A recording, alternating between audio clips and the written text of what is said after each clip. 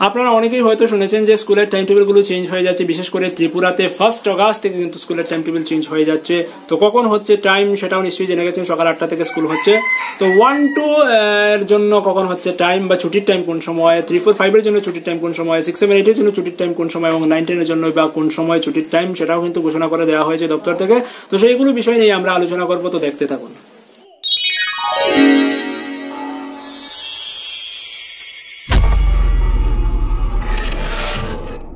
প্রথম পর্যায়ে সারা ত্রিপুরাতে মিলে 1745টা স্কুল কিন্তু সকালবেলা চলে আসছে, যে এক্সিস্টিং 11টা থেকে শুরু হওয়ার পরিবর্তে 8টা থেকে শুরু হচ্ছে। তার মধ্যে প্রাইমারি স্কুল রয়েছে 800টি, আপার প্রাইমারি স্কুল রয়েছে 742টি এবং হাই এবং হায়ার সেকেন্ডারি মিলে রয়েছে 203টি। এই টোটাল হলো 1745টি স্কুল সকাল 8টা থেকে রান হবে। তো 1745 স্কুলগুলো যেগুলো সিঙ্গেল শিফটের, আমি বলছি যেগুলো সিঙ্গেল শিফটের স্কুলগুলো রয়েছে তাদের ক্ষেত্রে কিন্তু এই টাইম টেবিলটা চেঞ্জ হচ্ছে। ডাবল শিফটের স্কুলগুলো কিন্তু এখন টাইম টেবিল চেঞ্জ হচ্ছে না। দুটো শিফটে যাদের স্কুলগুলো চলছে তাদের এখন টাইম টেবিল চেঞ্জ হচ্ছে না। ইনফ্রাস্ট্রাকচারের ব্যবহার রয়েছে, ইনফ্রাস্ট্রাকচার যখন ঠিকঠাক করা হবে তখন চেঞ্জ হবে। আর সিঙ্গেল শিফটের স্কুলগুলো কিন্তু 1 আগস্ট থেকে কিন্তু এখন চেঞ্জ হয়ে যাচ্ছে। তো এক্ষেত্রে কিন্তু টাইমটা শুরু হচ্ছে 8টা থেকে এবং ছুটি হচ্ছে ম্যাক্সিমাম যে ছুটির টাইমটা সেটা হচ্ছে 1:40। তার আগে পরপর 11:40 ছুটি হচ্ছে, 1টায় ছুটি হচ্ছে, 1:40 পর্যন্ত ছুটি হচ্ছে। তো আপনার স্কুল কি তার মধ্যে পড়ে নাকি পড়ছে না সেটা বুঝে যাবেন। তবে হ্যাঁ, এডিসির অন্তর্গত যেসব স্কুলগুলো রয়েছে সেগুলো খুব সম্ভবত এখন এর আওতায় আসছে না, পরবর্তীতে সেগুলোকে এর আওতায় আনা হবে।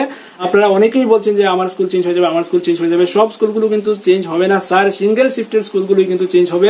যাদের মর্নিং শিফট রয়েছে, নুন শিফট রয়েছে, আলাদা আলাদাভাবে ক্লাস হচ্ছে, তাদের ক্ষেত্রে কিন্তু ইনফ্রাস্ট্রাকচার নেই, যথাযথ ক্লাসরুম নেই যে একসাথে সবগুলো করানোর, তাদের ক্ষেত্রে কিন্তু এখন চেঞ্জ হচ্ছে না। সেটা পরবর্তীতে সরকার চিন্তা ভাবনা করবে কখন চেঞ্জ করা যায়, কি করতে হবে, তার জন্য যথেষ্ট পদক্ষেপ নেওয়া হবে, তারপরেই চেঞ্জ করা হবে। আর যেগুলোকে চেঞ্জ করা সম্ভব হচ্ছে, খাতিয়ে দেখা হয়েছে, সেগুলোকে একমাত্র চেঞ্জ করা হবে। সেজন্য টেনশন নেই, আপনার স্কুল কি চেঞ্জ হবে কি হবে না সেটা নিশ্চয়ই আপনার জানা আছে। যেমন আমার স্কুল 2টো শিফটের স্কুল, সকালবেলা হয় দুপুরবেলা হয়, তো আমার স্কুল কিন্তু চেঞ্জ হচ্ছে না। তো শুরু হবে সবটা একসাথে, কিন্তু ছুটি হওয়ার সময় ক্লাস অনুযায়ী আলাদা আলাদা রয়েছে। যেমন 8টা থেকে শুরু হয়ে 1-2 এর ক্ষেত্রে ছুটি হয়ে যাবে 11:40। তো 11:40 মধ্যে দেখুন ক্লাস চলবে কিন্তু 11টা অবধি, তারপরে 30 মিনিটের ব্রেক থাকবে এবং 10 মিনিটের খেলাধুলা থাকবে। তো ব্রেকটা কিন্তু শেষে নয়, ক্লাসের মাঝেই থাকবে ব্রেক। 30 মিনিটের ব্রেক, 10 মিনিটের খেলাধুলা, 40 মিনিট হলো, আর হচ্ছে গিয়ে 3 ঘন্টা পড়াশোনা চলবে। এই হচ্ছে স্কুলের নিয়ম। অর্থাৎ 1-2 এর ক্ষেত্রে 8টা থেকে 11:40 পর্যন্ত। 3-4-5 এর ক্ষেত্রে সেম, শুরু হচ্ছে 8টা থেকে এবং স্কুল ছুটি হয়ে যাবে 1টায়, দুপুর 1টার সময় ছুটি হয়ে যাবে। 6-7-8 এর ক্ষেত্রে 8টা থেকে 1:40 পর্যন্ত এবং 9-10-11-12 এর ক্ষেত্রে যেহেতু এখন একই ছাদের নিচে চলে আসছে 9-10-11-12 এর ক্ষেত্রে 8টা থেকে 1:40 ছুটি হয়ে যাচ্ছে। প্রত্যেকের ক্ষেত্রে কিন্তু মধ্যে ব্রেক থাকছে 30 মিনিট এবং খেলাধুলার জন্য 10 মিনিট সময় রাখা হচ্ছে। তো এই ছিল স্কুলের বর্তমান ত্রিপুরাতে স্কুল ব্যবস্থায় পরিবর্তন। তো আপনার স্কুলটা কি সেই 1745 মধ্যে পড়লো? আপনার স্কুলটা কি শিফট হয়ে মর্নিং না নুন মাঝামাঝি সময় চলে আসলো? অবশ্যই কমেন্ট করে জানাবেন। ডিপার্টমেন্ট থেকে কিন্তু ক্লাস রুটিনগুলোকেও দিয়ে দেওয়া হয়েছে। দেখুন যে 8টা থেকে স্কুল শুরু হচ্ছে, 8টা থেকে প্রথম 10 মিনিট প্রিপারেটরি অ্যাক্টিভিটি মর্নিং অ্যাসেম্বলির জন্য রাখা হলো।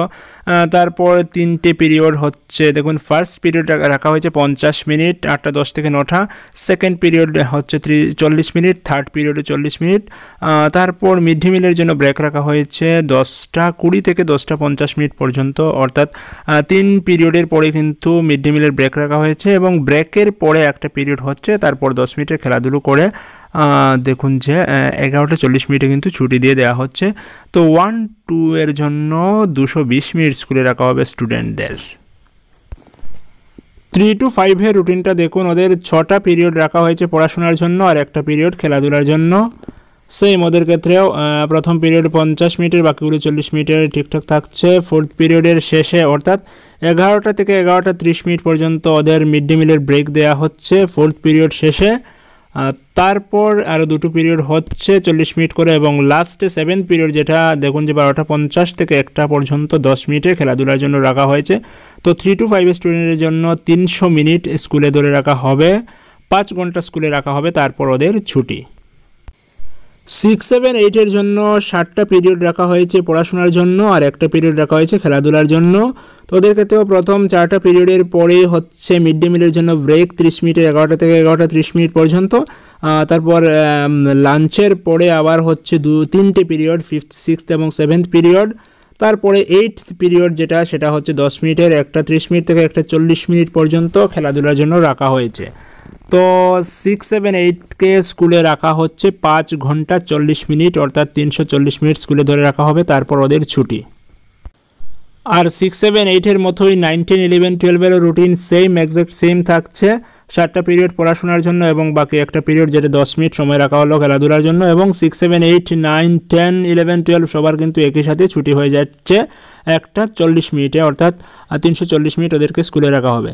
এখানে একটা ব্যাপার লক্ষ্য করার মতো দেখুন যে 1, 2 এর ক্ষেত্রে কিন্তু মিড ডে মিল সার্ভ করা হচ্ছে 10টা 20 মিনিটে, আর বাকি যেগুলো যেমন 3, 4, 5, 6, 7, 8-এর জন্য মিড ডে মিল সার্ভ করা হচ্ছে কিন্তু 11টায়। অর্থাৎ মিড ডে মিলের ক্ষেত্রে একটু ঝক্কি ঝামেলা বাড়লো, 10টা 20 মিনিট থেকে কিন্তু মিড ডে মিল সার্ভ করা শুরু হবে এবং শেষ হবে গিয়ে 11টা 30 মিনিটে। পরবর্তীতে এডুকেশন বিষয়ে যে নতুন কোনো আপডেট থাকলে অবশ্যই আপনাদের সঙ্গে শেয়ার করবো। ততক্ষণ ভালো থাকবেন। Stay tuned with SMDN tutorial. Thank you.